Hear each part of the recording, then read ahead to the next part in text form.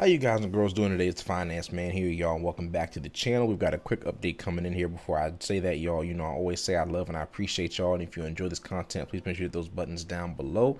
But take a look at this, y'all. So Daniel just posted this a couple of minutes ago. It says WIP number 5 is on the Wonderland forum. Offer a rage quit option to W memo holders. All right, so let's go ahead and read through this and see what this is all about. So as you can see, this is the link to the previous ones that were discussed in the RFC thread and the proposal.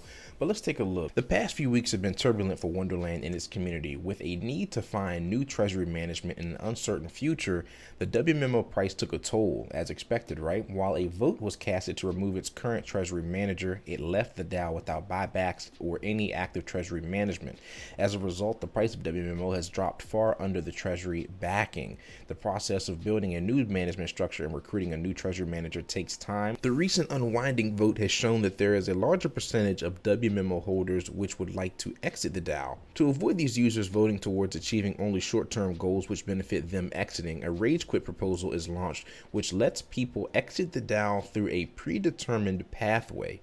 It allows the DAO to continue with individuals which are aligned long-term towards the success of the project. We come down here and we take a look at the objective. Lay out a plan and execute the rage quit option to allow WMO holders to exit the DAO at a value that is close to Treasury backing. As we can see here, the rage quit has two phases. It says snapshot governance and deployment of rage quit contract. All right, so we're not going to read over all of this right here, but we're going to go over the key points. So as we can see, the first phase consists of 2 snapshot governance votes, and it says 5.1 offer a rage quit option to WMO holders. Pretty much what this means is like it says right here, the goal of the first vote is to decide whether or not the community would like that rage quit contract, which would allow WMO holders to enter into a whitelist and then exit the DAO at a predetermined valuation. The snapshot vote will be posted as 5.1 with the option to implement the rage quit or not, and it will last a total of 7 days. At the end of those 7 days, of course, if the results show that the DAO does want to implement the rage quit option, the liquidity will be pulled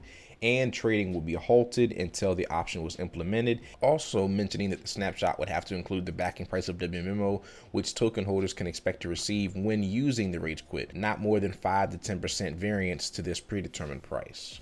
5.2 Rage Quit Whitelist. This is what the second snapshot is all about. It says the goal of the second vote is to create a whitelist and allow the Treasury to prepare the funds and contracts according to the amount of WMO entering the whitelist. Extra data will pretty much increase the efficiency of the rage quit contract and lower the slippage. And then it says it will last 4 days, and that if the vote is yes, then what would happen is that a 48-hour window would be needed for the development team and multi-sig to assess the results and prepare the Treasury for the rage quit. Moving on to phase 2, deployment of the rage quit contract. So at this stage of the development team has already announced the backing price calculation and everything that is needed from the first snapshot vote. This value together with the whitelist data will be assessed to be able to create the rage quit contract, and then it will allow the users on that whitelisted rage quit contract to exchange their memo at that predetermined backing price with 5 to 10% slippage.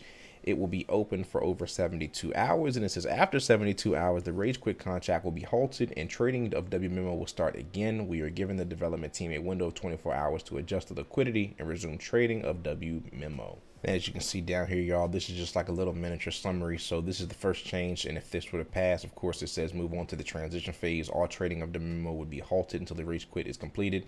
And these are the voting options that we're going to see right here when it actually comes up. Yes, offer a rage quit option, or no, do not implement rage quit. And of course, if this moves on to the next phase, of course, 5.2, like I said, the trading will be halted. The development team will be observing the whitelist vote and actively building out the contract. It will last 4 days, and the results will either be yes, add me to the whitelist, or no, I did not want to participate in the rage quit. When it comes to the Treasury backing price and how much you might get back, so the development team is summarizing the Treasury and will present a WMO backing price with a 5 to 10% maximum variance. And you don't have to worry because it says the details on the Treasury and how much one WMO is backed by will be released and presented on the website prior to the snapshot. And this right here is just going over a little summary of what we discussed earlier, the rage quit contract, the start of the rage quit window, and the end of it. So what do y'all think of this, man? Do you think it's a good idea for them to do this, or do you think it is not a good idea? As you can see, the community, of course, is going to have different opinions. Some people are saying that no is the answer. This person right here is saying that he thinks that if you think that voting no is going to help the Dow, it's actually wrong. You're going to let people get out, which is then going to increase the actual value of WMMO because people are going to be getting away from it, which means less in circulation, more value. Other people are saying, hell no, all of the Olympus DAOs are down really bad and that you shouldn't want this because they should just reward those who have patience and do something else with the Treasury other than allowing people to freeze it and then get out. So let me know down in the comments below what y'all think, y'all. Do you want to see that rage quit option implemented into Wonderland? Do you want to have that option to just get out whenever you want to?